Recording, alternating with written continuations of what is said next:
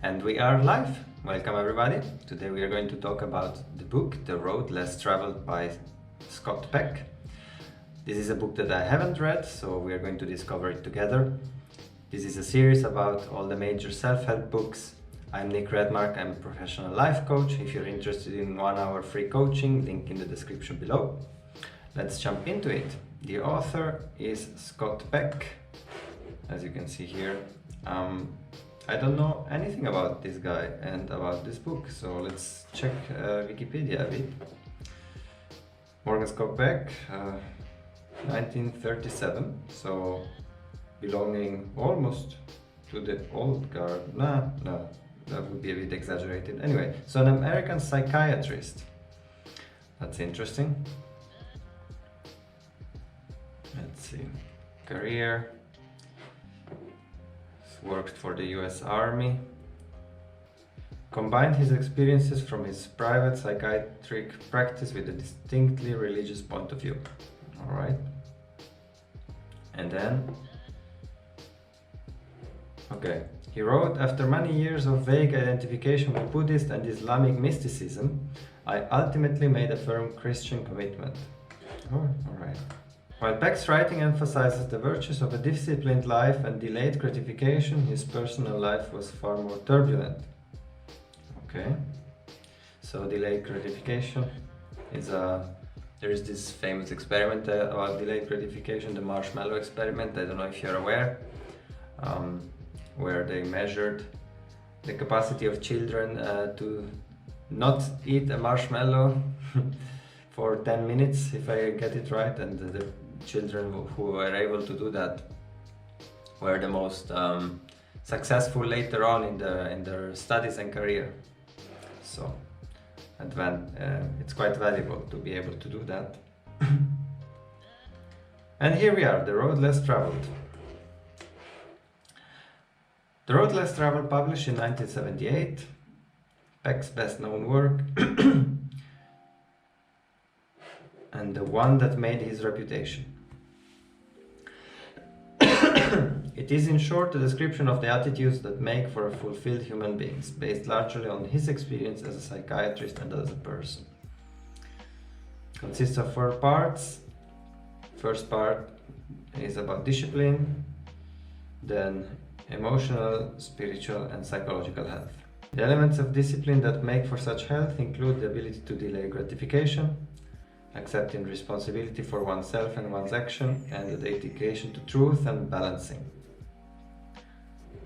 Well, sounds quite reasonable. Let's see if... I don't know how this summary here is structured. Is it basically... Let's see, balancing refers to the problem of reconciling multiple complex, possibly conflicting factors that impact on an important decision, on one's own behalf or on behalf of another. That's what I would call trade-off and integrating. Often this is especially if you want to become very motivated as a person, then you should kind of find all the different motivating factors that you have that are part of your personality and try to negotiate a goal that integrates them as much as possible. And the negotiation implies that you will have to make some trade-offs and compromises and give up on certain things and perhaps really sacrifice a number of these goals in order to have something that is worthwhile. But the advantage of that is that once you have this integrated system, then you will wake up with a mission, like all your motivations will kind of line up and give you a lot of power. So that would be okay. So this is the first part. The second part, it's about the nature of love. He contrasts his own view on the nature of love against a number of common misconceptions about love, including romantic love, dependency, and the feeling of falling in love. So true love, according to Peck, is an action. This is something that I was wondering, is love an action or a feeling? And I like his opinion. Love as an action that one undertakes consciously, probably a sacrifice, right? taking on some suffering for the sake of something good. Okay, so an action taken in order to extend one's ego boundaries by including others or humanity, and is therefore the spiritual nurturing. And then the third part is about religion. So it talks probably about how religion affected individual people. Would be interesting to know. The fourth and final part concerns grace, a powerful force originating outside human consciousness that nurtures spiritual growth in human beings. There is a nice metaphor that I kind of tend to associate with grace, which is the blessing of the king. So there is this archetype of the king, and there is a feeling that you can have that you have been blessed by the king. So with the blessing of the king, you can go in life, and what you will do will produce good fruits. And if you don't have the blessing, then well, it's kind of like life is. Life is downbeat somehow. It doesn't flow. So perhaps that's what grace is. Offbeat, that was the word. In order to focus on the topic, he describes the miracles of health, of the unconscious, and serendipity. Alright, this summary is only partially helpful because it doesn't say exactly what his messages are, it says what he talks about. So here are some theories. Perhaps we will come back to these later. It looks like we can spend a bit of time on this and extract quite an amount of information. But first, I wanted to just check the actual book on Amazon. You can go inside and see the index. Where are you? All right. Ooh. So the index looks quite rich. So it's not just 4 parts and that's it. So we can kind of scan through it. So discipline, problems and pain, delaying gratification, the sins of the father. What might that be? Problem solving and time, responsibility. Okay, this kind of looks like a reference book, right? So for different types of skills, situations, things needed, you go and refer to the book. Neurosis and character disorders, escape from freedom. So I guess depending on the situation you have, you would go and check the book, right? So each of these is a couple of pages, 44, 46, 51. It's really reference. I'm not sure whether there is a kind of a general narrative that flows through the articles or through the chapters, but it looks more like each chapter stands on its own. Openness to challenge, withholding truth, balancing the healthiness of depression, renunciation and rebirth. Okay. Let's move on. Love defined, falling in love, the myth of romantic love. So all the ways, all the things that are not actually love, and ego boundaries. Okay, so kind of an expansion of ego, and where you start including others. Self-sacrifice. It would be interesting to know a bit more about what he means here, right? So this sounds more like I can see a narrative thread going through these chapters. So like all the things that love is not, and then in the end he kind of explains us what love is, and apparently it's taking action, certain types of action. Oh wait, it continues here, sorry. So the work of attention, the risk of loss. So it talks about the risks of all these aspects. So this really sounds like so this guy has had a lot of experience in his life and has thought about all these topics and kind of put them all together in this chapter. So sounds like it's definitely valuable.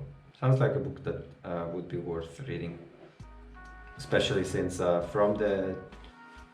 are certain indexes, tables of contents that basically reveal you the whole theory about the book, right? Like what you need to do and so on.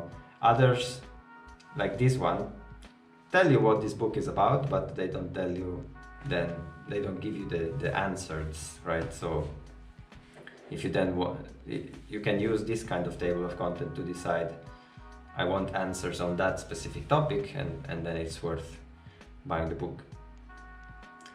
Growth and religion, worldviews, the religion of science. Then, okay, some case studies. I don't know. It's kind of surprising, I would say, that the structure of this, like what might the point be here?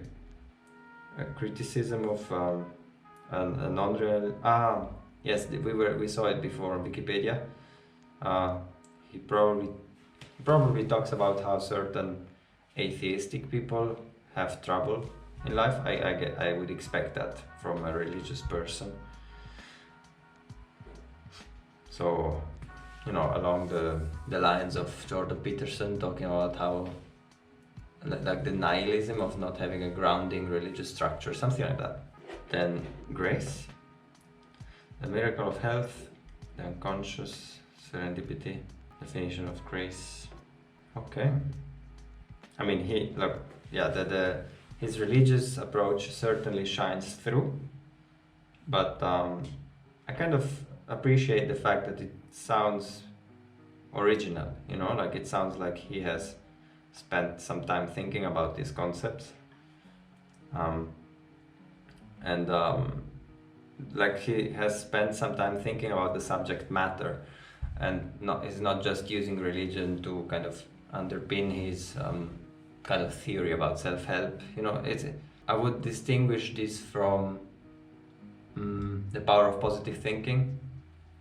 I mean, the author of The Power of Positive Thinking also had a kind of a religious background, but one could completely detach the theory from the religious aspect, and it sounded more like it sounded kind of unrelated, or I don't know.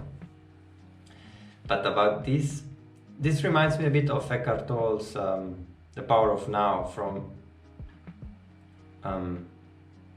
just again, like Eckhart Tolle is another book I haven't read, and I have just gone through the index, and it gave me the impression of someone who is serious, honest about his own experiences, and really spent time thinking about them and conceptualizing them, and came to his own kind of original conclusions that are still kind of linked to certain religious traditions. I think this is the vibe that I get from this. Let's spend some time with the material that we can find here on Wikipedia. So we have a theory on discipline, a theory. I'm trying to understand how this is structured, you know, like why. Okay, this is not structured like the book, right? So there is a bit about discipline, which is the first part, but then there are like separate, smaller things, evil, and then it moves on to love, which would be the second part. Spiritual development, okay. Community building, that sounds interesting as a topic. And character, okay, still about community. Okay, all right. These theories, because this page is not a book, a summary of his book, it's more a theory of his, a summary of his theories in general. Kind of scattered, looks like. Let's spend a bit of time with at least let's spend a bit of time with his theories. What can we derive from this? So one is delaying gratification. This is kind of obvious, right? Discipline has to do with doing something that you don't feel like doing in order for some future advantage, a sacrifice, right? Or not doing something that you feel like doing, one of the two or both. That's quite obvious. And Acceptance of responsibility, that's another big one. Also, Jordan Peterson is big on that topic, the fact that meaning comes through responsibility. If you don't have responsibility, you basically have nothing to do, and that can be crushing and depressing. So, dedication to truth, that's another one. I think Peterson aligns quite a lot with this guy. So, yeah, like having truth guiding you, that's powerful. And then balancing, we have talked about it before. That, yeah, I completely agree with all 4 aspects. I wonder how one comes to kind of these 4 aspects, though. You know, like, okay, discipline is about these 4 things. Why aren't there other aspects? Yeah, so I feel like I'm missing a bit of a kind of a complete framework about this, right? Why is it these 4 things? All of them make sense, but I could imagine, at least hypothetically, that there are other things that are part of discipline. Yeah, I don't know. For example, and also, does everything really belong to discipline? So I'm not sure I would have taken these 4 concepts and put them under the discipline bracket. So balancing and finding and integrating different values and finding compromises, is that discipline? I don't know. I think discipline is mainly about delaying gratification. Life is difficult. Okay, I agree. And I think so. There is a kind of a category of thinkers and whatever, self-help gurus or in general, like wise people who start from that premise. You know, life is difficult. There is something about existence that is inherently kind of negative or dark, and then the question is, how do you deal with that? Like, how do you respond to that? And I like that much more than the positive thinking or, like, you know, manifesting that other world. I don't agree with it. This existentialist approach I appreciate more. So yeah, Peck defines discipline as the basic set of tools required to solve life's problem. Yes, discipline is basically problem solving. But for example, right, still within this question of, like, is this exhaustive? Are these 4 things really all that's needed to solve life's problem? I don't know. There is, like, what about thinking? So there is a lot of thinking that needs to go into solving life's problems, and it doesn't seem to be so decision making, all that stuff. So Peck states that it is only through taking responsibility and accepting the fact that life has problems that these problems can be solved. Agreed. And this is also why I don't subscribe to this positive thinking philosophy. Okay, neurotic assume too much responsibility and feel responsible for everything that goes wrong in their life, while character disorder people deny responsibility, blaming others for their problems. Okay, this is a nice counterpoint to some self-help advice I've heard in different areas, which is you should take responsibility for everything. And perhaps there really is a balance there. It's not about taking responsibility for everything. Perhaps it's really about taking the right amount of responsibility, just the amount that doesn't make you feel overwhelmed, because that would be counterproductive. I don't know. I still don't know on which side I end up, or what I really believe about. Because, in a sense, what you should is basically take responsibility for what you can control, right? So what can you do? But I'm not sure that's 100% correct, because what you can control is your response, right? So we have to kind of unpack the term. Responsibility means to be responsible, which means to respond, right? To be willing to respond. And to a certain degree, you can you respond to everything that's in your life? Probably not. Or can't you? You know, like I wonder, because maybe to a certain degree you can. Maybe you can say, okay, there is this thing in my life. So you can kind of take everything into account. Or can you? Maybe not. Maybe it is good actually to say these things are not my responsibility, although there is this, you know, I'm thinking about people having different opinions. So I'm thinking about the book Extreme Ownership by Jocko Willink. He talks about taking responsibility for everything, taking responsibility for what happens. Like he is from the army, from the U.S. Army, so he took responsibility for what was happening like below in his team, and also for what people were doing above him. And so in so doing, he was kind of like trying to like influence or lead in both directions. And so that's quite interesting, right? So you take responsibility. That's quite powerful approach. And then on the other hand, perhaps it's only possible if you have the character for that. If you kind of have perhaps there are things that he wasn't able to take responsibility for, even though that is his philosophy. Perhaps there really are things that, like, you know, like dragons that are too big, that you cannot kill, that you need to stay far from them and wait until you are grown enough, if you will, at a certain point be strong enough to tackle certain dragons. Perhaps that's the case.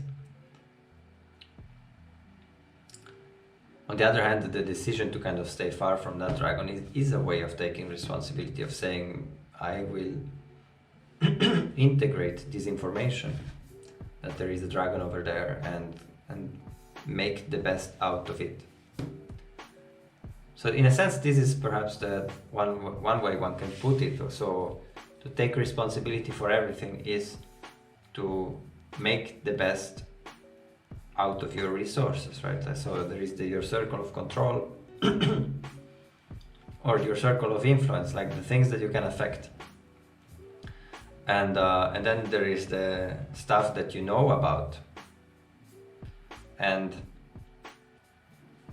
perhaps to take into consideration everything you know about and then use your circle of influence to make the best out of it. That might be the right approach. It's interesting because there is a tension there. I still don't know what the right approach is, because so there is this concept of like a small garden. It's better to have a small, well-tended garden than a big and wild one. That's something that Carl Jung said about spirituality, about wanting to advance spiritually. It's better to take it slow and make sure that what you have is already like working well before you kind of expand your horizon too much, in a sense. And that would be kind of a way to kind of limit your responsibility. Like you're responsible for your small garden and you take care of that. And perhaps there is, it sounds like there is wisdom in that. And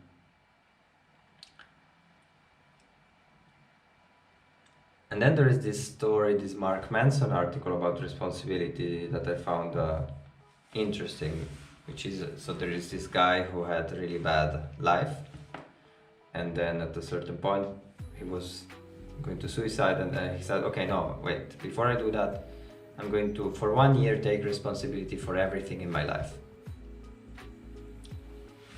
And it worked, and it changed him, and so on.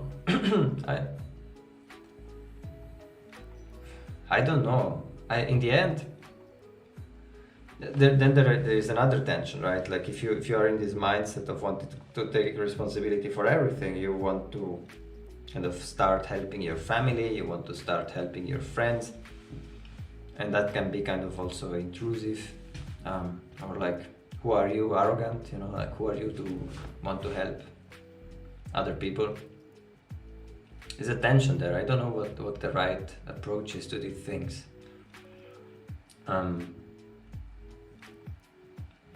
In a sense, it can be an excuse, right? Like, so, like you put your house in order first before you kind of want to fix others, you know? An advice that I've been given often when thinking about how could I help my friend in need is advice by people that I respect is take care of your own life, you know, like be inspiring, and also then just be willing to listen, be present, say, okay, I'm here if you want to talk, and that's it. And in a sense that means not taking responsibility for their lives. Then again, I'm thinking about Jordan Peterson also. He talks about, as a psychotherapist, you should not take responsibility for your patient's problems. It's their problems. You should not steal them. So all in all, it sounds like the balance is tilting towards not taking responsibility for everything. But then there is this other risk, the risk that you turn a blind eye, right? And this is not something that you should do. Like this famous quote, right, by Cain, I'm not the guardian of my brother.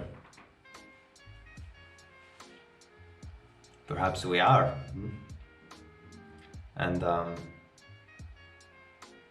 maybe it's really a matter of, there are like two layers here. One is attention,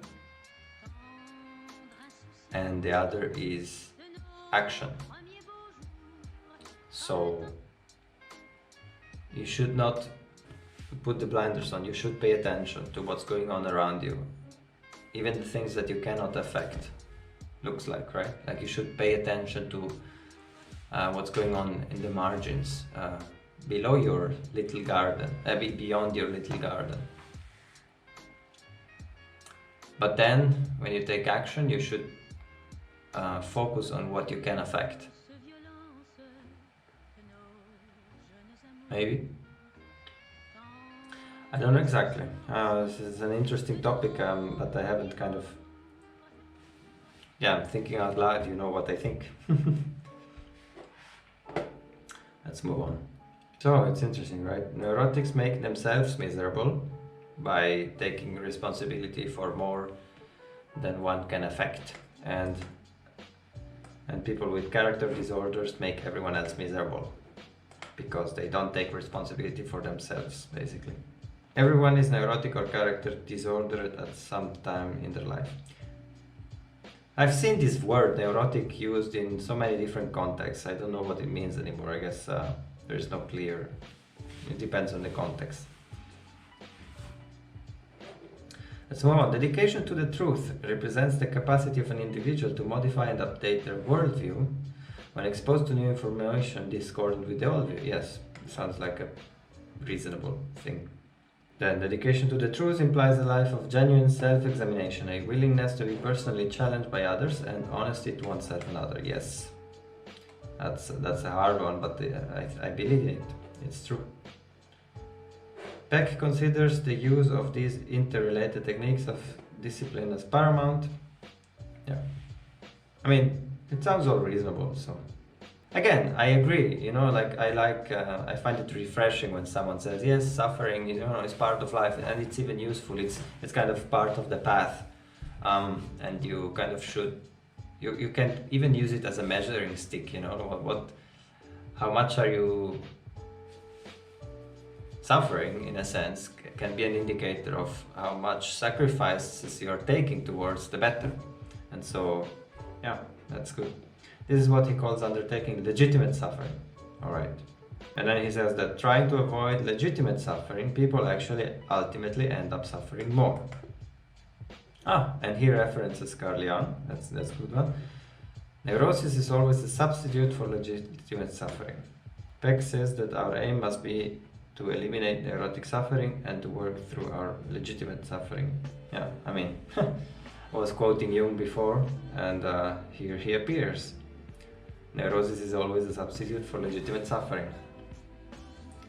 How true. If you're neurotic, if you're suffering in a neurotic way, it's because you're avoiding something. People of the lie. What does he say here about people of the lie? Peck describes the stories of several people who came to him, whom he found particularly resistant to any form of help. He came to think of them as evil. Okay, that's harsh. That's interesting. So he proposes that evil is a psychiatric diagnosis. Okay. I wonder whether he also proposes a cure, because he talks about the hope for healing human evil. It's interesting that he talks about people of the lie, so evil associated with truth again. Like this is a recurring topic among people that I respect, like Sam Harris, Jordan Peterson. So alignment with truth. So evil as a malignant type of self-righteousness, in which there is an active rather than passive refusal to tolerate imperfection and its consequent guilt. So okay, so you do something wrong and you actively refuse to tolerate it. The syndrome results in the projection of evil onto selected specific innocent victims, which is the paradoxical mechanism by which the people of the lie commit their evil. Okay, yeah, this is really like aligned with, again, Jordan Peterson and Carl Jung. Mainly, I think it comes from Carl Jung, ultimately, this idea that projection is how evil comes to the world. It's so it's seeing the evil in others and ignoring the evil in your own soul, in a sense. And like there is this Solzhenitsyn quote that the line between good and evil doesn't run between different people, but it's goes through one's heart, right? So the most healthy approach to life is to be painfully aware of your own evil and the temptation and the mistakes and all of that before you kind of see it in other people and taking responsibility for that. So, which probably also means kind of seeing how you would act. So if you see someone acting in an evil way, like kind of imagining how you could be tempted to do that. He describes in some detail several individual cases involving his patients. In one case, which Peck considers as the most typical because of its subtlety, he describes Roger, a depressed teenage son of respected, well-off parents. In a series of parental decisions justified by often subtle distortions of the truth, they exhibit a consistent disregard for their son's feelings and a consistent willingness to destroy his growth. With false rationality and normality, they aggressively refuse to consider that they are in many ways responsible for his resultant depression, eventually suggesting his condition must be incurable and genetic. Okay, I would be interested to know a bit more clearly what kind of subtle distortions of truth we're talking about here. But I find it so interesting that it has to do with one's relationship with truth. Evil is described by Peck as militant ignorance, so that would be willful ignorance. Okay, this is interesting. Like, I mean, this is so aligned with Jordan Peterson that I'm wondering whether Peterson ever like read him, or I've never heard him recommend this guy. Let me actually check. So Jordan Peterson, The Road Less Traveled. So someone actually says something like that, right? All right. So there's just something about this not being original. I'm interested. I find it like if Peterson never read Peck, and the kind of commentary or like this emphasis on truth and all that is so strong, then I would wonder what is the common source of this emphasis. Is it Carl Jung? Doesn't look like. I don't know. It doesn't look like he ever mentioned him. Let's move on. According to Peck, an evil person is consistently self-deceiving, with the intent of avoiding guilt and maintaining a self-image of perfection. Deceives others as a consequence of their own self-deception. Project his or her evils and sins onto very specific targets. Commonly hates with the pretense of love. Abuses political power. Maintains a high level of respectability and lies incessantly in order to do so. Is consistent in his or her sins.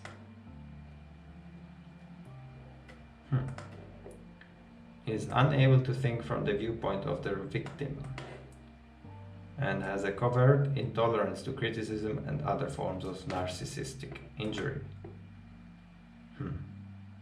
Alright. Well, ultimately this the book that we are analyzing is not exactly about that, but I found it interesting. Especially this link between truth and... by the way, yeah, self-deception. Jordan Peterson has a lecture about self-deception that he never really published, but it's available. Let me check that out.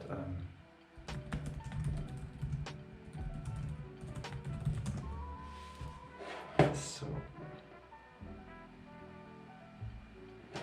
here, there you have it.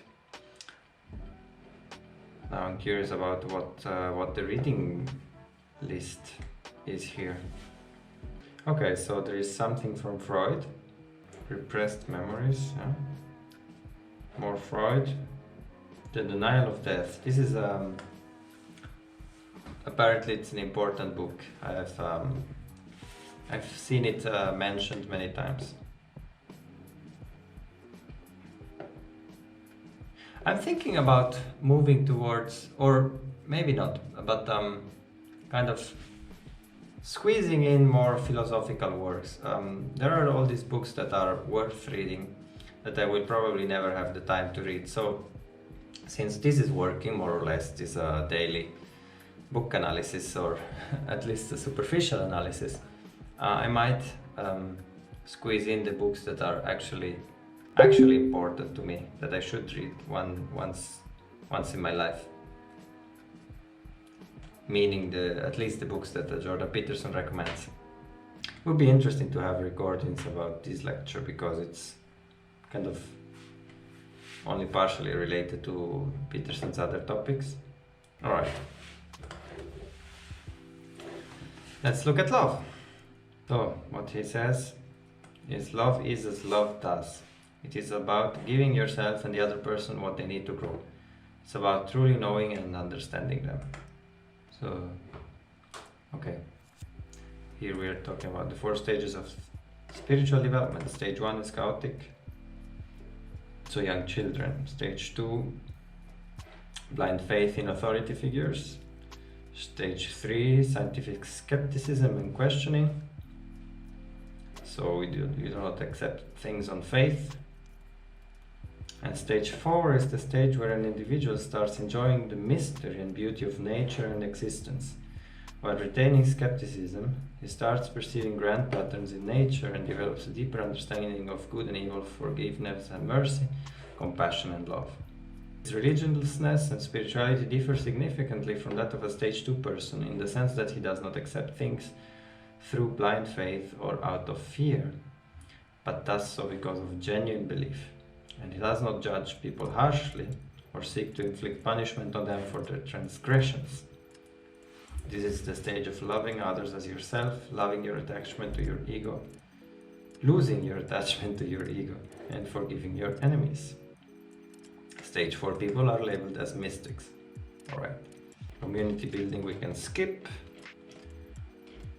I guess that's it. This is what we were able to kind of learn by this interesting fellow through what is available online. Thank you very much for watching, if at all. If you watch this, then leave a comment, let me know what you think. Thank you. Bye.